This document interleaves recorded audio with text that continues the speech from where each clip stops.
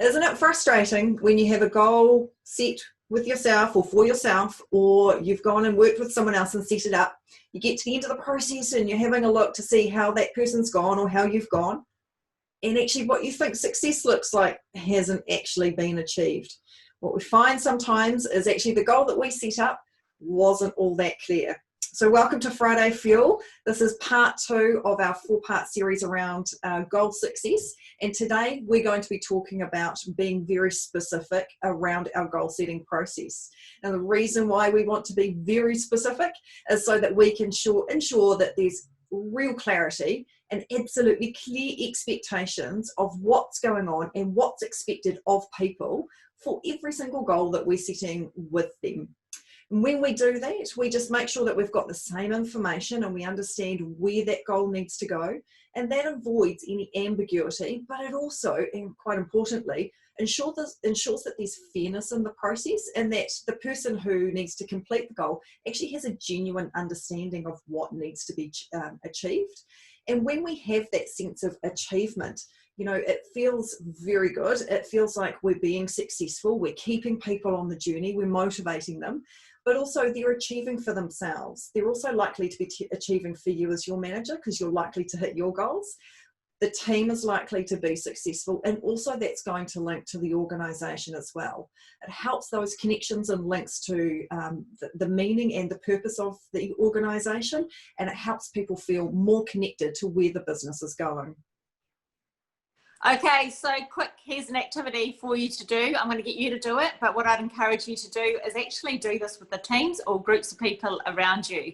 So what I want you to do, if you've got a pen and paper handy, is grab it. If you haven't, don't worry about it. You know, just picture in your mind what I'm going to get you to do. So very shortly, I'm going to say one word.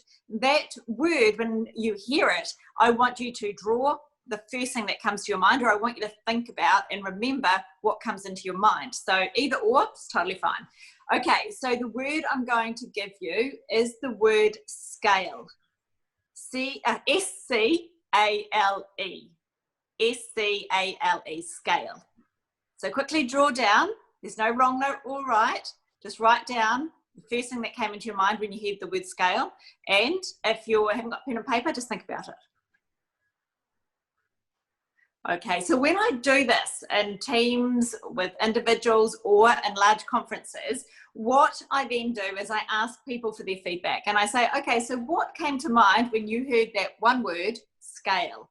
And I get all sorts of things. The most random one was dragon scale. I thought that was quite hilarious when I got that in a group of 500 people, but I thought, well, 500 people, a lot of diversity in thought.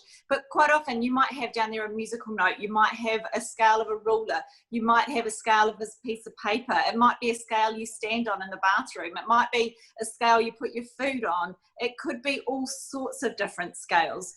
The thing that I want you to take note on that, and what that exercise demonstrates, is how one word can be interpreted in multiple different ways. So this is the reason why when you're wanting goal success, you're wanting clarity, you want everyone on the same page, it is so important to really test and make sure that every single word that you use counts.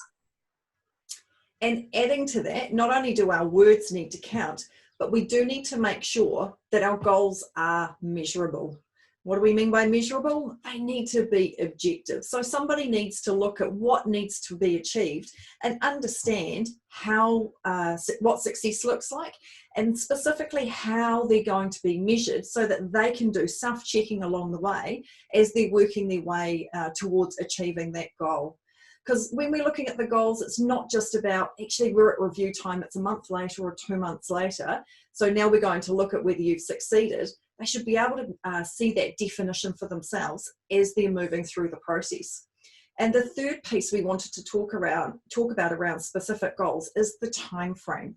So using those collaborative skills we spoke about last time, making sure that the individual truly understands what's required with those time frames. You know, there are time frames in most of our jobs that are just non-negotiable. You know, there's month ends and specific deadlines for projects that have other factors. So those timeframes need to be met, but sometimes somebody's on a learning journey and those frames are a little bit more flexible. So actually making sure there's a real understanding around what must happen and where there's some flexibility if there's that further learning or growth that's taking place is really important when you're writing those specific goals. And just on that note around projects and some of those bigger pieces of work that someone might be working on, and I know this is a particular favourite of Kirsten's, is around chunking and framing them. So sometimes when we have huge projects that need to be completed, some of the most successful ways to achieve them for people is to sit down and write, so here's the start and here's the end, and we're moving on the continuum that Kirsten spoke about last week around being directive and collaborative, but actually chunking it down, so putting it into manageable bites so that through every step of that goal process, that person's feeling like they're being successful and they're on that journey and on that path to being successful in terms of that overall goal. And that can be the difference between somebody actually achieving the big piece of work or not. I love chunking and framing. I just think it creates so much clarity, and because they are bite-sized pieces, it's manageable for the person that's actually going to be carrying out that particular goal and game plan. So please make sure that you do look to make sure every word counts. Use that activity that we just shared with you. It's so simple. You can pick whatever object you want. Sometimes to mix it up a bit, I use dog or I use cat, and that's pretty random when you see the feedback.